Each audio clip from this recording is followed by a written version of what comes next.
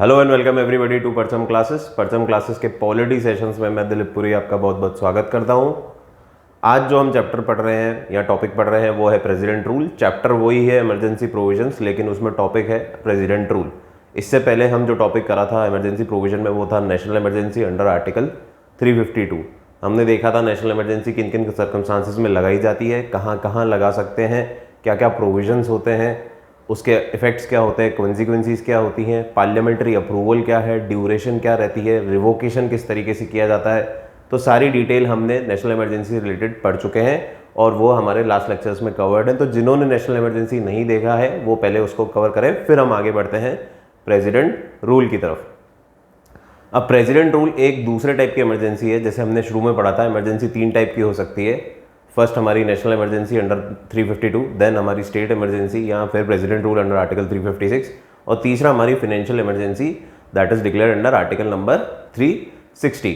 तो 3 में से एक हम पढ़ चुके हैं, दूसरी आज हम पढ़ना चालू करेंगे president rule under article 356।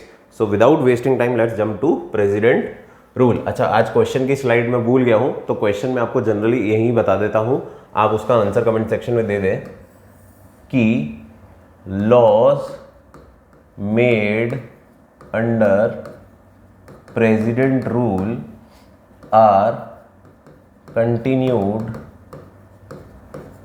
for how much duration after the rule is over? President rule is over. So basically question का मतलब क्या है कि जो भी लॉज प्रेसिडेंट रूल के समय जो भी अथॉरिटी बनाती है, प्रेसिडेंट बनाता है या पार्लियामेंट बनाती है, कौन बनाती है वो भी हम सब जानेंगे, पर जो भी लॉ बनाता है वो कब तक कंटिन्यू रहते हैं प्रेसिडेंट रूल खत्म होने के बाद भी प्रेसिडेंट रूल खत्म हो गया उसके बाद भी जो प्रेसिडेंट रूल के दरमियान जो लॉ बने हैं वो कितने समय तक वैलिड रहेंगे, 1 महीना, 6 महीना, 15 साल, 20 साल, XYZ जो भी उसका आंसर है आपको कमेंट सेक्शन में बताना है कि कितने टाइम तक वो अलाइव रहेंगे even when the president rule is over. President rule खत्म हो गया है फिर भी वो कितने टाइम तक लॉ कंटिन्यूस रहेंगे, ये आपको बताना है। जिनको नहीं आता उनको क्वेश्चन क्लास के आंसर क्वेश्चन का आंसर आपको क्लास में मिल जाएगा। क्लियर है? So talking about president rule को स्टेट इमरजेंसी और कॉन्स्टिट्यूशनल इमरजेंसी भी बोलते हैं और ये लगती है आर्टिकल 356 के द्वारा। प्रेसिडेंट रूल कब लगता है? प्रेसिडेंट रूल के लिए हमें आर्टिकल 356 का उपयोग करना पड़ता है, 356 आर्टिकल यूज करना पड़ता है जब हम आर्टिकल प्रेसिडेंट रूल लगा सकते हैं, या जिसको स्टेट इमरजेंसी भी बोलते हैं और कॉन्स्टिट्यूशनल इमरजेंसी भी कहा जाता है। लेकिन जनरल लैंग्वेज में हम इसे प्रेसिडेंट रूल ही बोलते हैं। इमरजेंसी को हम जनरली आर्टिकल 352 में जो हमने पढ़ी थी नेशनल इमरजेंसी, उसको डिनोट करने के लिए यूज करते हैं। बट इसके नाम स्टेट इमरजेंसी और कॉन्स्टिट्यूशनल इमरजेंसी भी है, पर यूज इसको प्रेसिडेंट रूल वर्ड को यूज किया जाता है रादर देन स्टेट इमरजेंसी और कॉन्स्टिट्यूशनल इमरजेंसी। क्लियर है बात? तो आप यूज कुछ भी करें, मतलब एक ही है, लेकिन एक आम भाषा में प्रेसिडेंट रूल राष्ट्रपति शासन के हिसाब से इसको के नाम से इसको जाना जाता है। क्लियर है? सो क्या ग्राउंड्स है इम्पोजिशन के, कब कब ये लग सकता है? लगता कैसे? आर्टिकल 356 के द्वारा लगता है, 352 के द्वारा नेशनल इमरजेंसी लगती है और 356 के द्वारा प्रेसिडेंट रूल लगता है। लेकिन लगता कब है? तो इसमें 2 मुख्य आर्टिकल हैं, मेन आर्टिकल है, आर्टिकल 355 और आर्टिकल 365। 10 का फर्क है, 355 और 365। तो बहुत इजी है याद करने में, 55-65। ठीक है? सो it is the duty of union government under article 355। पहले हम पढ़ रहे हैं आर्टिकल 355। तो आर्टिकल 355 में ये ड्यूटी है यूनियन गवर्नमेंट के ऊपर, सेंट्रल गवर्नमेंट के ऊपर, to ensure that the governance of a state is carried on in accordance with the provisions of the constitution। हमारी सेंटर की जो गवर्नमेंट है, सरकार है, यूनियन गवर्नमेंट है, उसके ऊपर 355 आर्टिकल 355 एक ड्यूटी देता है कि उसे इंश्योर करना है कि इस राज्य में, इस देश में जितनी भी राज्य हैं, जितने भी स्टेट्स हैं, वो कॉन्स्टिट्यूशनल प्रोविजन के अकॉर्डिंग बिहेव करें, वर्क करें, काम करें। स्टेट किस तरीके से बिहेव करनी चाहिए? According to the constitutional provision. ये इंश्योर करना उनकी ड्यूटी है सेंटर की। क्लियर है? So under article 356 if the president may issue a proclamation to impose emergency in a state if he feels that a situation has arisen under which the government of the state cannot be carried on smoothly। अगर article 355 जो duty देता है कि हमारे को ensure करना है, हमारे स्टेट सेंट्रल गवर्नमेंट को इंश्योर करना है कि सारी स्टेट्स कॉन्स्टिट्यूशनल प्रोविजन के अकॉर्डिंग बिहेव करे, वर्क करे, वो उसको इंश्योर करना है। और अगर उन्हें ऐसा लगता है प्रेसिडेंट साहब को कि भैया कॉन्स्टिट्यूशनल प्रोविजंस के हिसाब से स्टेट वर्क नहीं कर रही है, तो वो आर्टिकल 356 का यूज करके वहां पे प्रेसिडेंट रूल प्रोक्लेम कर सकते हैं या स्टेट इमरजेंसी प्रोक्लेम कर सकते हैं। तो बात समझ में आई। आर्टिकल 355 हमें ड्यूटी देता है सेंट्रल गवर्नमेंट को 355 कि आपको इंश्योर करना है कि constitutional provisions are being followed by the state. जो स्टेट है वो कॉन्स्टिट्यूशनल प्रोविजन के अकॉर्डिंग बिहेव कर रही है, वर्क कर रही है, इंश्योर करना है। If the president finds out कि if it is not working as per the constitutional provisions, constitutional provision के अनुसार वो बिहेव नहीं कर रही, वर्क नहीं कर रही स्टेट, तो 356 का इस्तेमाल करके प्रेसिडेंट साहब प्रेसिडेंट रूल को प्रोक्लेम कर सकते हैं या स्टेट इमरजेंसी को प्रोक्लेम कर सकते हैं। सिंपल, फेयर इनफ, बहुत ईजी है। ऐसा नहीं होगा तो वो कर सकते हैं। अब क्वेश्चन आता है कि हमें कैसे पता पड़ेगा कि कॉन्स्टिट्यूशनल प्रोविजन के अकॉर्डिंग स्टेट वर्क कर रही है या नहीं कर रही है। तो इसमें काम आता है हमारे राज्यपाल साहब का या हमारे गवर्नर साहब का। ठीक है, तो गवर्नर जो होता है वो basically agent to the state to the centre भी बोलते हैं। ये सेंटर को इंफॉर्मेशन देता है कि भैया स्टेट किस तरीके से बिहेव कर रही है, कॉन्स्टिट्यूशनल प्रोविजन फॉलो किए जा रहे हैं या नहीं किए जा रहे हैं, और हमारे देश हित में काम कर रही है स्टेट या नहीं कर रही। सो गवर्नर की रिपोर्ट के बेसिस पे प्रेसिडेंट ये तय करते हैं कि स्टेट कॉन्स्टिट्यूशनल प्रोविजन को फॉलो कर रही है या नहीं कर रही है। लेकिन ऐसा जरूरी नहीं है कि गवर्नर की रिपोर्ट चाहिए होगी तभी वो इमरजेंसी लगा सकते हैं। गवर्नर की रिपोर्ट न होने के बावजूद भी उन्हें अगर लगता है, उन्हें खुद अगर लगता है कि भैया कॉन्स्टिट्यूशनल प्रोविजन फॉलो नहीं हो रहे, स्टेट अलग तरीके से बिहेव कर रही है, अपार्ट फ्रॉम दी सेंटर के जो कॉन्स्टिट्यूशन के प्रोविजंस है उनके अलग बिहेव कर रही है, तो भी प्रेसिडेंट क्या कर सकते हैं, हमारी कॉन्स्टिट्यूशनल इमरजेंसी, स्टेट इमरजेंसी या प्रेसिडेंट रूल लगा सकते हैं। तीनों एक ही चीज के नाम है। क्लियर है? सो दो तरीके, या तो गवर्नर रिपोर्ट देंगे और बोलेंगे कि प्रेसिडेंट साहब ये state it is working out of the provisions, out of the box काम कर रही है, so please impose a president rule, तो वो खुद इंपोज कर सकते हैं। या फिर उन्हें खुद लगता है कि नहीं ये स्टेट हमारे तरीके से काम नहीं कर रही, मतलब कॉन्स्टिट्यूशन के तरीके से काम नहीं कर रही, तो भी वो खुद भी लगा सकते हैं। तो रिपोर्ट मैंडेटरी नहीं है, जनरली रिपोर्ट के अनुसार वो काम करते हैं और गवर्नर ऐसी रिपोर्ट देते हैं। क्यों देते हैं? क्योंकि गवर्नर भी बेसिकली एक एजेंट की तरह काम करते हैं सेंटर का। गवर्नर अपॉइंटेड जो होते हैं उनका मेन काम यही होता है वो सेंटर का इंटरवेंशन रखे स्टेट में। क्लियर है? दो it is an independent constitutional power, एक इंडिपेंडेंट कॉन्स्टिट्यूशनल पोजीशन है गवर्नर, लेकिन इन रियल प्रैक्टिस ये सेंटर के एजेंट की तरह काम करते हैं। क्लियर है बात? एक तरीका ये हो गया। दूसरा तरीका मैंने आपको बताया आर्टिकल 365। पहला 355 था, 355 के बाद अब आता है 365। 365 में अगर whenever state fails to comply centre's direction he can call upon the emergency. He कौन है इधर? ही है हमारे प्रेसिडेंट साहब, ही मैन। ठीक है? सो दूसरा का हो सकता है अगर 365 के तहत इनको लगे कि सेंटर के जो डायरेक्शन है, सेंट्रल गवर्नमेंट जो डायरेक्शन दे रही है स्टेट गवर्नमेंट को, वो माने नहीं जा रहे हैं या वो फॉलो नहीं किए जा रहे हैं, तो भी क्या होता है, प्रेसिडेंट साहब कॉन्स्टिट्यूशनल इमरजेंसी लगा सकते हैं या फिर प्रेसिडेंट रूल लगा सकते हैं। जनरली सेंटर क्या होता है, डायरेक्शंस देता है स्टेट को। जैसे हमने देखा है सेंटर के पास ओवरराइडिंग कैपेसिटीज होती है, सेंटर ज्यादा पावरफुल होता है। सो देश की यूनिटी, इंटेग्रिटी सबको मेंटेन करने के लिए सेंटर कुछ डायरेक्शंस भी देता है स्टेट को। स्टेट ऑटोनोमस होती है, स्टेट के पास अपनी ऑटोनॉमी होती है, लेकिन कुछ जगह सेंटर के पास ज्यादा पावर होती है। तो सेंटर अपनी पावर को यूज करने के लिए कुछ डायरेक्शन देता है हमारी स्टेट को। सेंटर डायरेक्शन देता है स्टेट को, ये हम पढ़ चुके हैं सेंटर स्टेट रिलेशन में, हम पढ़ चुके हैं कि सेंटर के पास डायरेक्टिंग अथॉरिटीज होती हैं स्टेट को, वो दे सकते हैं डायरेक्शंस बहुत सारे केसेस में। और अगर ऐसा हो कि स्टेट उनकी बात को नहीं माने, उनके ऑर्डर्स फॉलो नहीं करे, तो क्या हो सकता है, प्रेसिडेंट रूल इंपोज किया जा सकता है। जैसे अभी के समय, जैसे कोरोना के टाइम में, पैंडेमिक के टाइम में, अगर सेंटर ने कोई डायरेक्शन दिए कि सब स्टेट को ये फॉलो करना चाहिए या लॉकडाउन एक बार आपको इंप्लीमेंट करना पड़ेगा, और कोई स्टेट उठ के बोल दे भैया मैं तो लॉकडाउन नहीं लगाऊंगा, सेंटर के डायरेक्शंस आ चुके हैं, क्लियरली मेंशन हो चुके हैं, फिर भी वो बोले कि मैं तो लॉकडाउन नहीं लगाऊंगा या कॉल ऑफ नहीं करूंगा सारी चीज़ों को, तो क्या होगा, वहां पे प्रेसिडेंट रूल इंपोज किया जा सकता है बाय दी प्रेसिडेंट। तो दो केस हो गए, बहुत सिंपल से दो केस हो गए। क्या दो केस हो गए? एक आर्टिकल 355 और एक आर्टिकल 365। 365 तो बहुत ही सिंपल है, सेंटर ने स्टेट को डायरेक्शन दिए, स्टेट ने डायरेक्शन नहीं माने तो प्रेसिडेंट रूल इंप्लाई हो गया। इस वाले में क्या है, आर्टिकल 355 में जब भी प्रेसिडेंट को लगेगा कि state is not working according to the constitutional provisions, state is not working as per the constitutional provision from the report of a governor, चाहे गवर्नर उनको रिपोर्ट दे, और he felt otherwise, उनको खुद को ही लगा कि स्टेट नहीं कर रही प्रोविजंस के अकॉर्डिंग काम, तो he can declare upon state emergency और प्रेसिडेंट रूल। तो दो तरीके से करी जा सकती है, आर्टिकल 355 और आर्टिकल 365, और इवेंचुअली जो प्रेसिडेंट रूल लगता है वो किससे लगता है? 356 से।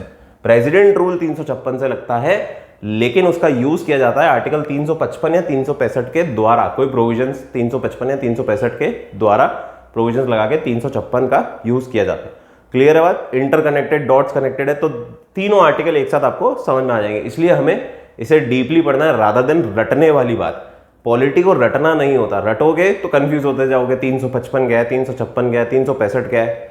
लेकिन जब आपने कहानी बना ली, एक डॉट्स लिंक कर दिए, तो आपको बहुत इजीली वो मेमोराइज हो जाएगा और समझ में आ जाएगा, आपकी रगों में उतर जाएगा। क्लियर है बात? So parliament approval and duration.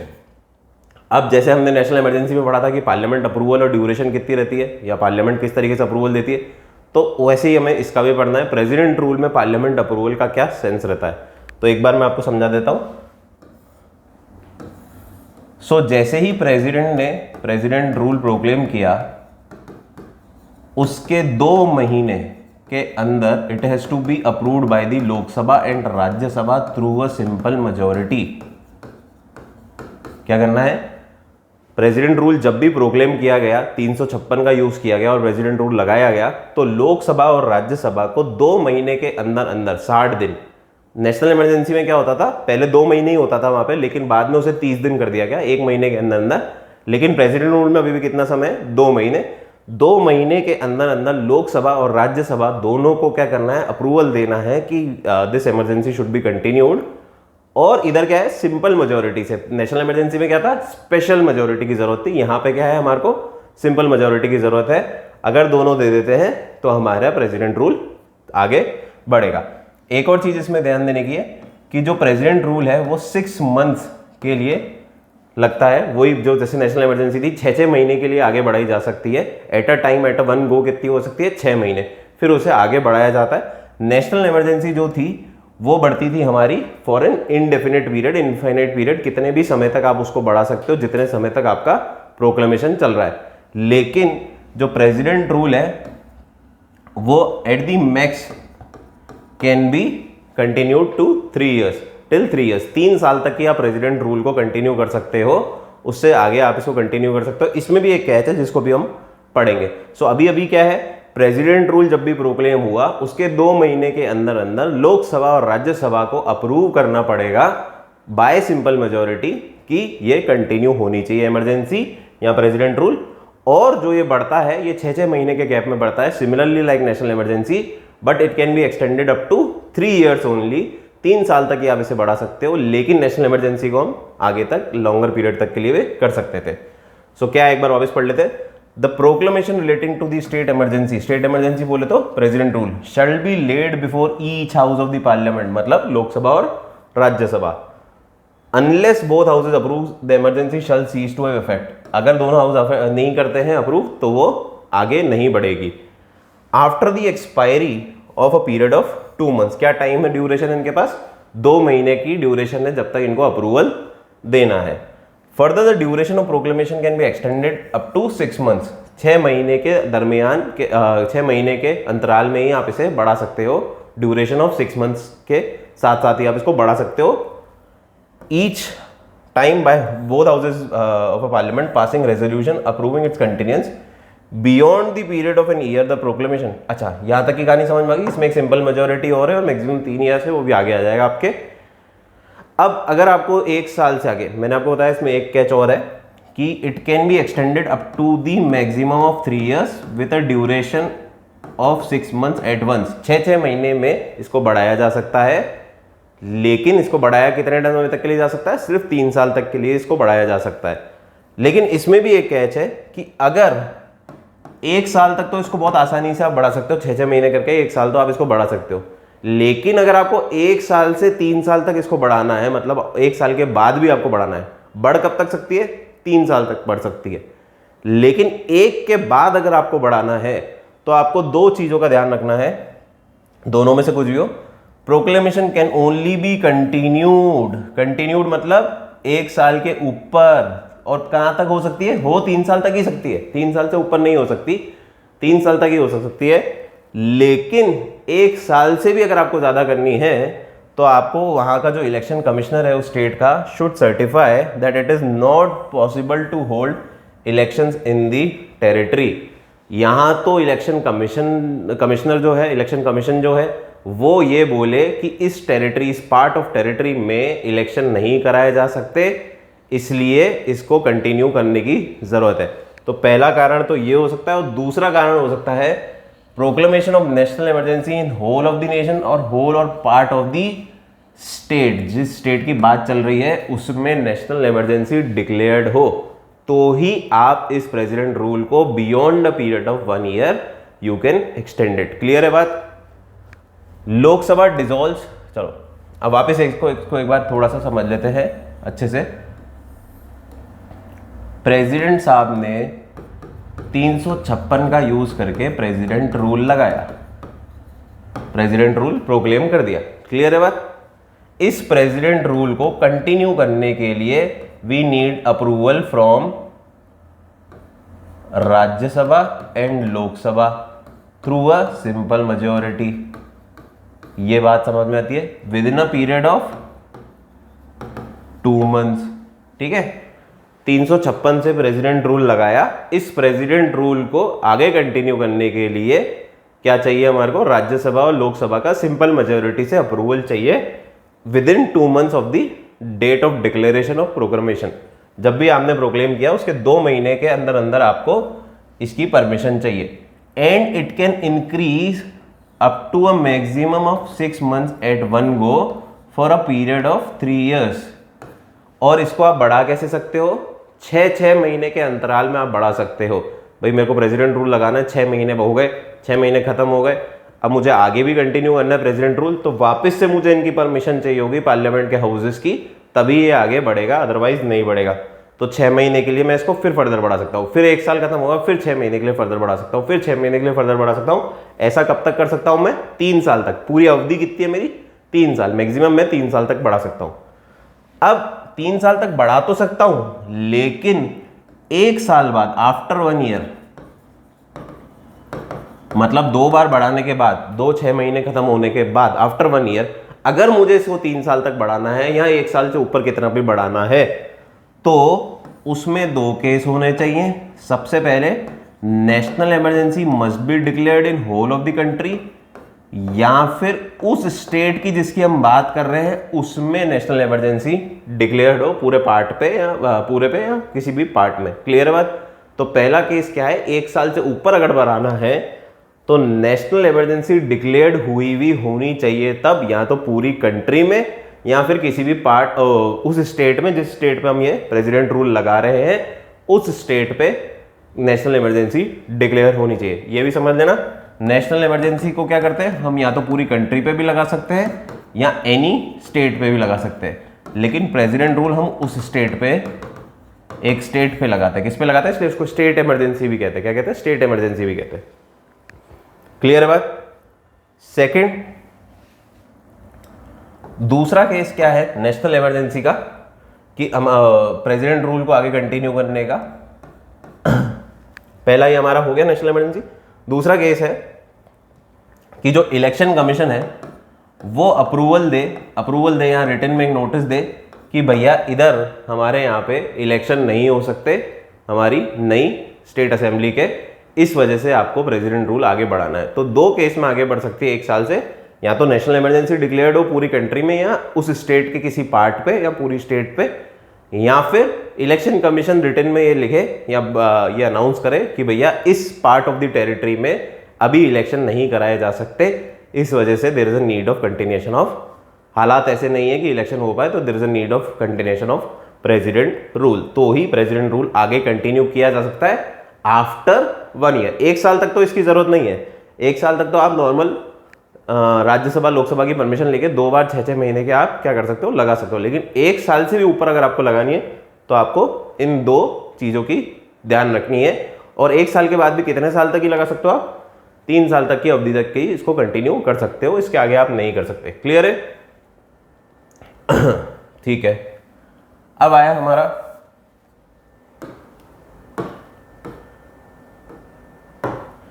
Lok Sabha dissolve. अब क्या होता है इस समय अगर लोकसभा डिसॉल्व हो जाती है, जब भी हमारा प्रेसिडेंट रूल आया तो हमने क्या बोला यहाँ पे कि इसको राज्यसभा और लोकसभा की परमिशन की रिक्वायरमेंट है विद इन 2 मंथ्स। लेकिन जब ये प्रोक्लेमेशन आया तो लोकसभा डिसॉल्व हो गई या हो चुकी थी, तो क्या होगा, भाई वापस वही जो नेशनल इमरजेंसी में होता था, proclamation survives 30 days from first sitting of reconstituted Lok Sabha. नई लोकसभा जब तक आएगी उसके 30 दिन तक वो वैलिड रहेगी। क्लियर है बात? कहानी इधर भी समझ लेते हैं। प्रेसिडेंट रूल 356, अप्रूवल चाहिए लोकसभा से राज्यसभा से, अप्रूवल चाहिए लोकसभा राज्यसभा, लेकिन लोकसभा इस दरमियान डिसॉल्व हो गई, या तो पहले डिसॉल्व थी या इस दरमियान डिसॉल्व हो गई, कुछ भी आप मान लो, लोकसभा डिसॉल्व हो गई। लोकसभा डिसॉल्व हो गई तो ऑब्वियस सी बात है परमिशन कैसे देगी, परमिशन दे ही नहीं सकती कि भी आगे कंटिन्यू करो 2 महीने के अंदर।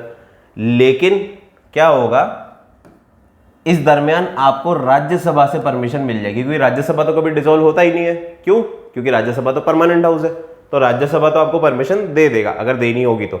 नहीं दी परमिशन तो बात ही खत्म हो गई, कहानी खत्म, टाटा बाय बाय, खत्म, प्रेसिडेंट रूल लगेगा ही नहीं। लेकिन सपोज राज्यसभा ने परमिशन दे दी, राज्यसभा ने परमिशन दे दी, क्लियर है, तो क्या होगा, ये कंटिन्यू रहेगा। और जब तक रिकॉन्स्टिट्यूटेड लोकसभा नहीं आएगी तब तक तो ये कंटिन्यू रहेगा ही। और जैसे ही रिकॉन्स्टिट्यूटेड लोकसभा आई तो फर्स्ट सिटिंग से लेके अगले 30 दिन के अंदर आपको लोकसभा से भी टिक चाहिए, तभी ये कंटिन्यू हो पाएगी, नहीं तो ये कंटिन्यू नहीं हो पाएगी। क्लियर है बात? सिंपल है, समझ में आती है। प्रोक्लेम हुई state emergency, president rule proclaim हुआ, लोकसभा डिसॉल्व हो गई, लोकसभा डिसॉल्व हो गई या डिसॉल्व हो चुकी थी, तो हमें क्या चाहिए, सबसे पहले तो हमें चाहिए राज्यसभा की अप्रूवल। राज्यसभा ने अप्रूवल दी तो आगे बढ़ेंगे, आगे बढ़ेंगे तो जो रिकॉन्स्टिट्यूट लोकसभा आएगी, जो नई लोकसभा आएगी, वो जिस दिन बैठेगी उससे 30 दिन तक के अंदर अंदर उसको क्या देनी है, परमिशन देनी है या अप्रूवल देना है इस प्रेसिडेंट रूल को, तो ही प्रेसिडेंट रूल आगे कंटिन्यू हो पाएगा। क्लियर है बात? सिंपल टर्म्स में, ठीक है। Approval needs only simple majority, इसमें ये वाला है कि हमारे को अप्रूवल के लिए क्या चाहिए, सिंपल मेजोरिटी चाहिए। सिंपल मेजोरिटी क्या होती है, 50% of the total member plus 1, जो भी 50% है उसका एक ज्यादा। क्लियर है? रिवोकेशन ऑफ प्रेसिडेंट रूल, अब आता है हमारा revocation of president rule. National emergency में कौन सी चाहिए थी, स्पेशल मेजोरिटी, यहाँ पे क्या चाहिए हमारे को, सिंपल मेजोरिटी। अब आता है हमारा revocation of president rule. President rule को कैसे रिवोक किया जाए, so may be revoked by the president at any time. इसमें क्या है, प्रेसिडेंट ही रिवोक करेंगे किसी भी समय उनको जब लगता है, इस दरमियान के अंदर जब उनको लगता है कि हालात ठीक हो गए, स्टेट अब कॉन्स्टिट्यूशन को फॉलो कर रही है, प्रोविजंस फॉलो किए जा रहे हैं, तो रिवोक कर सकते हैं, या हालात कंट्रोल में है तो वो उसको रिवोक कर सकते हैं। पर कर कौन सकता है, सिर्फ प्रेसिडेंट कर सकते हैं। वहीं पे नेशनल इमरजेंसी में क्या था हमारे कि भैया लोकसभा ने रेजोल्यूशन पास हो गया तो भी आपको रिवोक करनी पड़ेगी, लेकिन यहाँ पे ऐसा नहीं है, यहाँ पे सिर्फ प्रेसिडेंट ही इसको रिवोक करेंगे, किसी भी टाइम कर सकते हैं, वो उनके ऊपर है। बाय अ सब्सिक्वेंट प्रोक्लेमेशन, और इसके लिए क्या चाहिए इनको, एक सब्सिक्वेंट प्रोक्लेमेशन निकालना है कि भैया ये सारी जो भी हमारे प्रेसिडेंट रूल लगा हुआ है उसको हम रिवोक कर रहे हैं, and no parliamentary approval is required, किसी भी लोकसभा राज्यसभा का अप्रूवल की जरूरत नहीं है इस केस में। क्लियर है? अब आता है consequences of president rule. Consequences of president rules का मतलब कि इसका इफेक्ट क्या क्या है। The state legislature is suspended और डिसॉल्व्ड, जो भी स्टेट लेजिस्लेचर होती है, स्टेट असेंबली होती है, उसे सस्पेंड कर दिया जाता है या उसे डिसॉल्व कर दिया जाता है प्रेसिडेंट रूल के दरमियान, और सारी पावर्स कहाँ आ जाती है, प्रेसिडेंट के पास आ जाती है। प्रेसिडेंट चाहे खुद रखे, चाहे गवर्नर को वो पावर्स दे दे, चाहे वो पार्लियामेंट को पावर्स दे सकता है टू मेक दी लॉज और सारी स्टेट मशीनरी को गवर्न करने का। President, parliament, any delegated authority can make laws conferring powers and imposing duties. अब ये जब सस्पेंड हो गया, ये डिसॉल्व हो गया, तो सारी पावर्स किसके पास आ गई? प्रेसिडेंट के पास आ गई, या वो पार्लियामेंट के आ गई, या फिर हमारे किसी भी अथॉरिटी को प्रेसिडेंट अलॉट कर सकता है सारी पावर्स। अब अलॉट कैसे करता है वो जनरली? स्टेट का जो गवर्नर होता है उसे वो सारी पावर्स अलॉट कर दी जाती है, और ये chief secretary of the state के साथ मिलकर इस स्टेट को गवर्न करते हैं। क्लियर है? Parliament passes the state legislature bills and state budget. अब स्टेट लेजिस्लेचर बिल और स्टेट बजट जो कि काम था स्टेट असेंबली का, वो तो हो गई डिसॉल्व, स्टेट असेंबली तो डिसॉल्व हो गई, तो क्या हो गई? यहाँ सस्पेंड हो गई, तो उसको कौन करेगा? पार्लियामेंट पास करेगा स्टेट बजट, और स्टेट बिल्स सारे कौन करेगा? पार्लियामेंट पास करेगा। क्लियर है? Similarly president can issue ordinance for governance. Governance के लिए जो भी ऑर्डिनेंस है, जब पार्लियामेंट सेशन में नहीं है तो कौन इशू कर सकता है? प्रेसिडेंट यूज कर सकता है, प्रेसिडेंट ऑर्डिनेंस इशू कर सकता है। प्रेसिडेंट के पास ऑर्डिनेंस पावर होती है, लास्ट टॉपिक में भी हमने पढ़ा था, यहाँ भी पढ़ रहे हैं, ऑर्डिनेंस इशू कर सकता है प्रेसिडेंट। क्लियर है? Laws made during this period are coterminous, not coterminous with the duration of proclamation, has to be repealed altered by state legislature. ये हमारा क्वेश्चन था कि laws which are made during this period, इस period में जो भी law बने हैं, जब भी प्रेसिडेंट रूल हमारा लगा हुआ है या स्टेट इमरजेंसी इम्पोज्ड है, तो जो भी लॉ इस दरमियान बनेंगे आर नॉट कोटरमिनस। कोटरमिनस का मतलब क्या होता है? Are not continuous basically. अच्छा word, Shashi Tharoor type word है ये, कोटरमिनस। सो कोटरमिनस मतलब कि जैसे ही प्रेसिडेंट रूल खत्म होगा लॉ खत्म नहीं होंगे, ये इसके कंटिन्यूएशन के साथ नहीं है। आर नॉट कोटरमिनस बोल रहा है, मतलब कि प्रेसिडेंट रूल खत्म हुआ तो ऐसा नहीं है कि जो लॉ इस दरमियान बने वो भी खत्म हो जाएंगे। उसको खत्म करने के लिए जो नई स्टेट असेंबली आएगी, स्टेट लेजिस्लेचर आएगी, वो इसे ऑल्टर करेगी या इसे रिपील करेगी, या फिर जो भी करना उनको वो कर सकती है इसके साथ। लेकिन ऐसा नहीं है कि प्रेसिडेंट रूल खत्म तो जो लॉ बने वो भी खत्म, उसको बाकायदा नई स्टेट असेंबली को रिपील करना पड़ेगा, या ऑल्टर करना पड़ेगा, या मॉडिफाई करना पड़ेगा, जो भी उनको सही लगे। क्लियर है? तो वापस देख लो एक बार, ये प्रेसिडेंट रूल जब इम्पोज्ड है, इस दरमियान जो भी लॉज बने इस दरमियान जो भी लॉज कानून बने वो प्रेसिडेंट रूल खत्म होने के बाद भी जारी रहेंगे। प्रेसिडेंट रूल एंड हो गया तो भी लॉ जारी रहेंगे। उसे खत्म करने के लिए, रिपील करने के लिए जो नई स्टेट लेजिस्लेचर आएगी, स्टेट असेंबली आएगी, उनको इसके लिए नया कानून बनाना पड़ेगा या ऑल्टरेशन करनी पड़ेगी। क्लियर है बात? So it is the laws made during the period are not coterminous with the duration of proclamation, मतलब लॉज कंटिन्यूअस रहेंगे, ये भले ही खत्म हो जाए। क्लियर है बात? अब इसमें एक बात है, high court functions independently. High court जो है हमारा, मतलब स्टेट का, वो इंडिपेंडेंटली काम करेगा, इसमें कोई भी प्रेसिडेंट या सेंट्रल अथॉरिटी, सेंट्रल गवर्नमेंट का कोई भी हाथ नहीं रहेगा। जो जुडिशियल पार्ट है वो पूरी तरीके से इंडिपेंडेंट रहेगा। बाकी जो स्टेट लेजिस्लेटिव पार्ट था, जो लेजिस्लेटिव एग्जीक्यूटिव पार्ट थे, वो सारे के सारे कहाँ आ गए? वो सारे के सारे सेंटर ने टेक ओवर कर लिए रादर। लेकिन जो जुडिशियल पार्ट है वो स्टेट के हाई कोर्ट्स बहुत ही इंडिपेंडेंटली मेंटेन करेंगे प्रेसिडेंट रूल में। ऐसा नहीं है कि वो वाली पावर भी सारी सेंटर के पास चल जाएंगी या सुप्रीम कोर्ट के पास चल जाएगी, ऐसा नहीं होता। So this was about president rule. कल हम पढ़ेंगे प्रेसिडेंट रूल का और नेशनल इमरजेंसीज में क्या डिफरेंस है उसको डिटेल में पढ़ेंगे। आई होप आपको ये लेक्चर समझ में आ गया हो, प्रेसिडेंट रूल का कंसेप्ट समझ में आ गया हो, कब कब लगता है, क्या क्या ड्यूरेशन रहती है, क्या पार्लियामेंट्री अप्रूवल है, रिवोक कैसे किया जाता है, और क्या क्या अफेक्ट्स और कॉन्सिक्वेंसीज रहते हैं हमारे प्रेसिडेंट रूल के। Thank you.